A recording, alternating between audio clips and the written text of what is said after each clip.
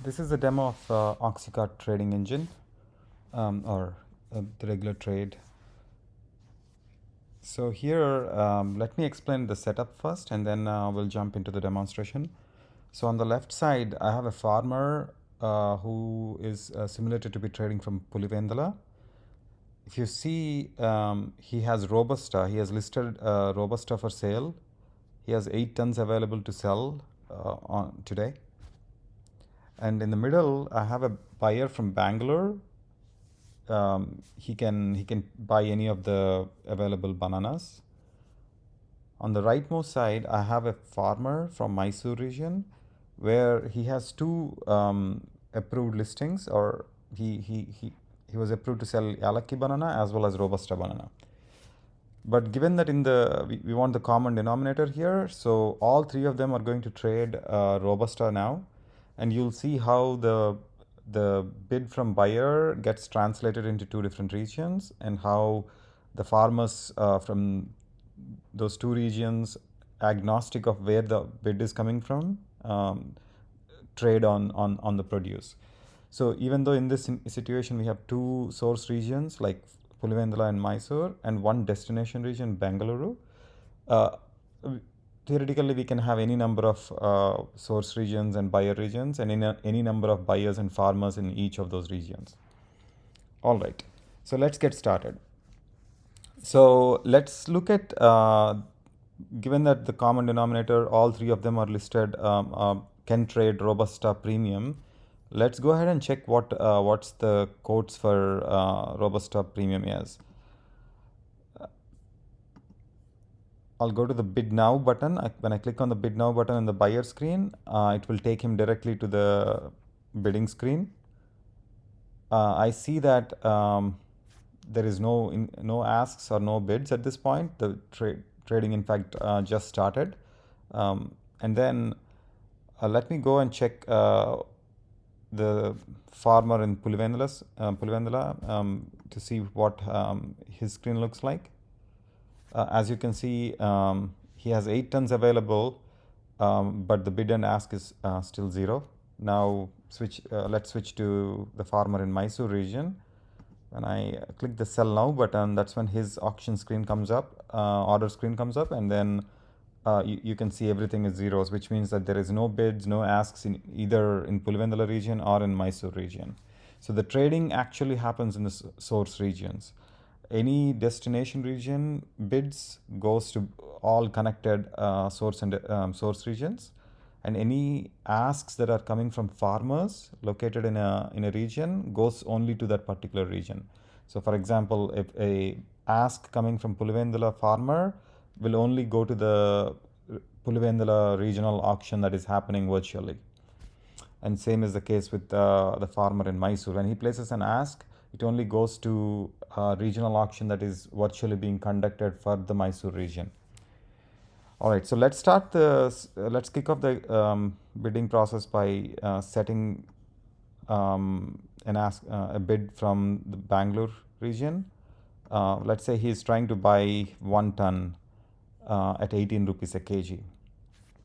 So the first thing you'll notice is there is just a flat 18 rupees, and what's the unit cost in this case per kg, and how many kgs you would like to buy. In this case 1 ton, which is 1000 kgs.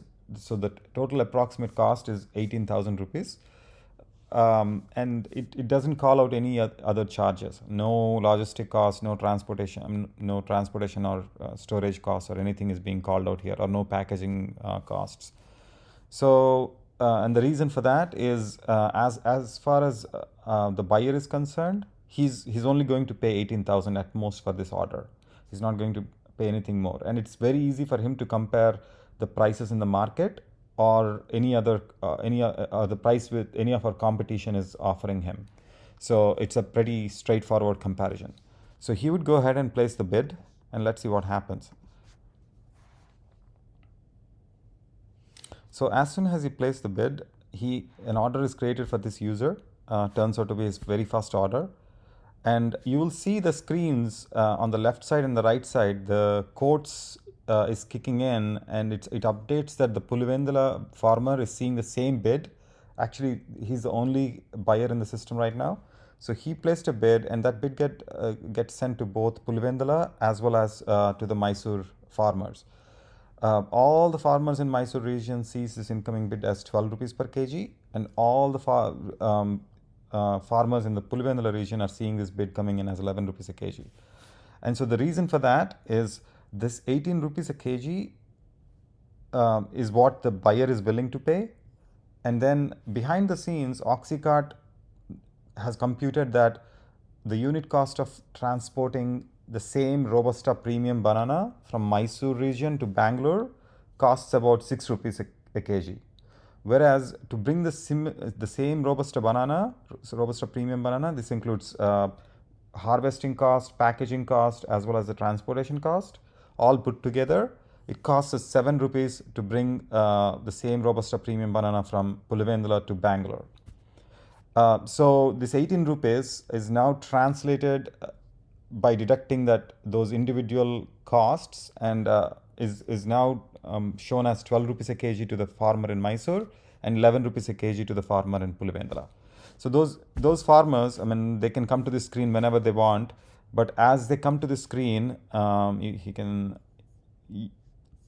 go back, and he can sell. I mean, he can try to place a bid, but he would see, irrespective of whether he was already in the screen or he comes to the screen when he wishes to sell the produce. So let's say the farmer here is expecting 12 rupees a kg, the Pulivendula, because he thinks 11 is too low. So he says, hey, I want 12 rupees a kg. And he's willing to sell, he doesn't know how many tons, but he's willing to sell 2 tons at this price. And he would just go ahead and send this ask value first. And so an order is created for this user, and you'll see that the best ask, because he's the only farmer who is asking from Pulivendula region, is 12 rupees a kg. And immediately you'll see on the buyer screen that given that the transportation or the logistic cost is 7 rupees a kg, he sees the buyer in the Bengaluru region sees that the best ask at this point is 19 rupees a kg.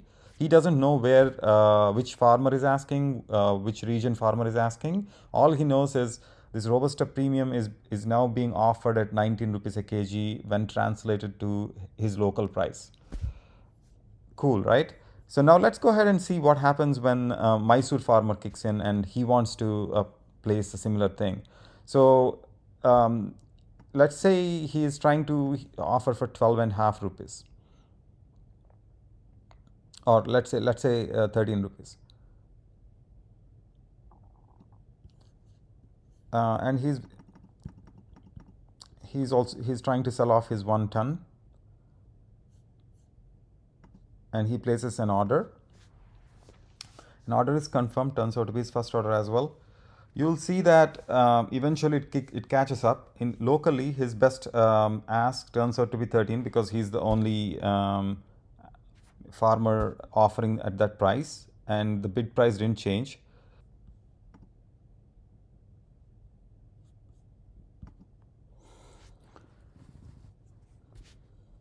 Now let's say one of the farmers decided to match the best bid being shown on their screens. So let's say the farmer from Pulivendula decided to sweeten his offer and try to match it to the best bid price. As soon as he updates his ask, you'll see 2 orders getting filled. The order from the Pulivendula region will get matched to the order coming from the Bengaluru region, and those 2 orders should be partially or fully completely filled. As you saw, the 2 ton order on the Bangalore the 1 ton buy order from the Bangalore region got filled, and then the 2 ton sell order from by the farmer in Pulivendula got partially filled, whereas the order from the Mysore region farmer is left unfilled because there was no price matching. And then at this point, there are no more there are no more buyers in the system. So even if this the Mysore farmer is to actually adjust his bid to accommodate to the previous value, he would probably not be filled unless there is a new buyer comes up with the same bid price.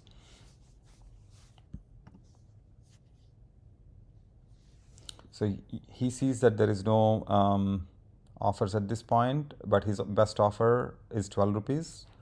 And so you get the idea. So the any time that a buyer places a bid, it gets distributed into multiple source regions, and translated the actual bid gets translated into regional price, which is basically achieved by subtracting the transportation or the logistic cost involved.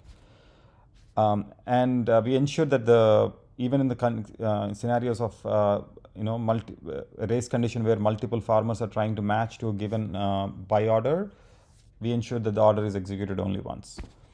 So this is such a great advantage to our system, because neither the farmer nor the buyer has to have to worry about the logistic costs, and the buyer pays what he committed to on the bid screen, and the farmer gets what he was shown on the asking screen. You should also see that the orders could be partially executed. So in this case, on the Pulivendula farmer, when he placed an order for 2 tons, only 1 ton got filled. The other ton could potentially be filled by another buyer.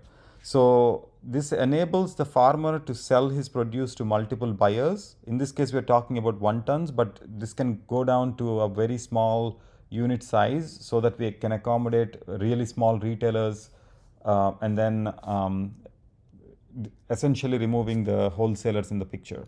So it's almost like getting a wholesale price directly from farmer without having to order in wholesale quantities.